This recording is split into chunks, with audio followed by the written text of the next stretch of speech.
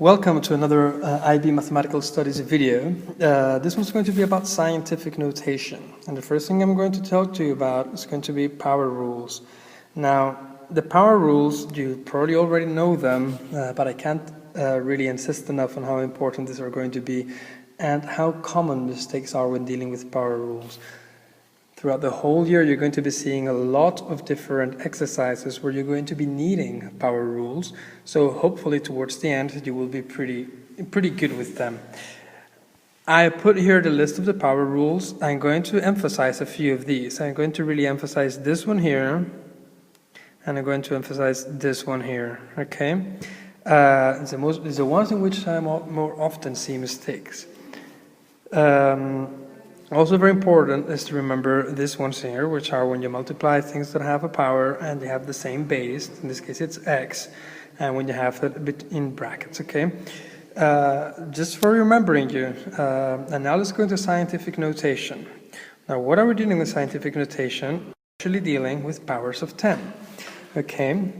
Now think about it. 10 to the power of 2 is 10 times 10 is going to be 100. That's kind of easy, right? 10 to the power of 5, well, it's going to be 10 times 10 times 10 times 10 times 10.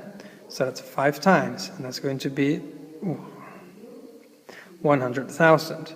Now check it out. How many zeros do we have here? Count them. We have 5 zeros. That's actually the rule. That's why powers of 10 are so easy to deal with. That's why we use them so much. 10 to the power of 10 is going to be 1, and then 10 zeros. So it's not that difficult to deal with powers of 10. When it's negative, now remember, when it's negative, what we have is an actual fraction, okay? When it's negative, what we're going to be having is 0.1. And when it's 10 to the negative 3, it's going to be 1 over 1,000, it's going to be 0.01. Now let's do some zero counting. This is a 1 here. How many zeros do we have here? 1. This is a 3. How many zeros do we have here? 3. Now remember that the dot has to go in between the first two, but I think that will make it easier for you to remember, okay? All we're doing is we're adding zeros. So what is this scientific notation thing? Well, think about it. How far away is the moon? Now, okay, let me try to say this, okay? It's 384,400,000 meters away. Okay, that's not the nicest number to say. It's also kind of confusing, you know, they have to be counting zeros, counting digits. So what do? We write it like this. Think about it, 3.844 times 10 to the 8. So we have to move the dot, here's the dot, we have to move the dot to the right, to the right, to the right 8 times, okay? And start adding zeros whenever we're done. Now, is that going to be fine? Let's count. 1, 2, 3, 4, 5. Oops, that's not very good, is it? Hold on a second. Okay, let me zoom in here. Show this to you properly. 1, 2, 3, 4, 5, 6, 7, 8. So there you go. You have that for the moon. We'll write it like this. It's 3.844 times 10 to the 8. And it's the same number, it's just a different notation. And this is particularly practical with big numbers because when you start talking about, for example, things like galaxies and think about Andromeda, I mean, this is absolutely impossible to deal with, okay? Counting zeros here is an absolute nightmare, but this, however, makes a lot more sense. So that's in general why we deal with, use scientific notation for big numbers. Now,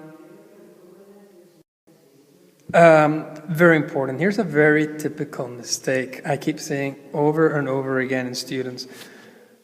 Now let's say, for example, when we went to the moon, the mission was Apollo 11. It took 4 days to get to the moon, right? So think about it, right? The distance to the moon is, as I said before, 3.844 times 10 to the power of 8.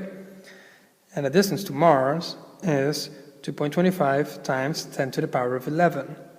So if we travel at the same speed as we went to go to the moon, how long would it take us to get to Mars?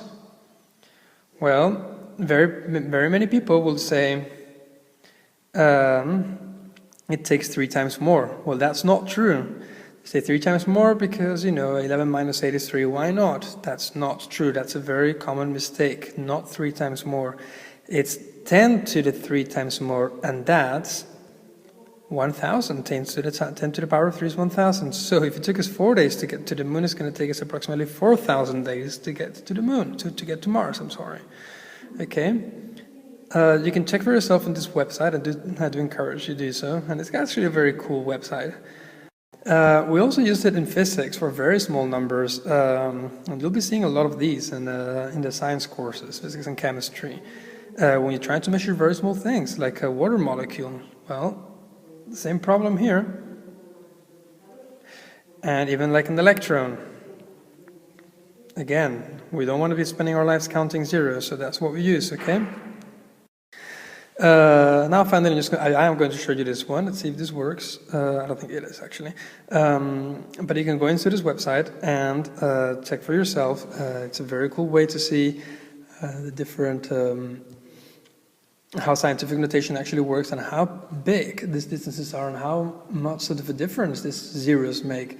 So remember, whenever you see something times to the 10 to the power of, say, for example, 3, remember there's a lot of zeros missing, in this case 3 zeros. If you see instead of to the power of 10 to the power of 3, you see to the power of 34, we are talking about a very, very, very big number.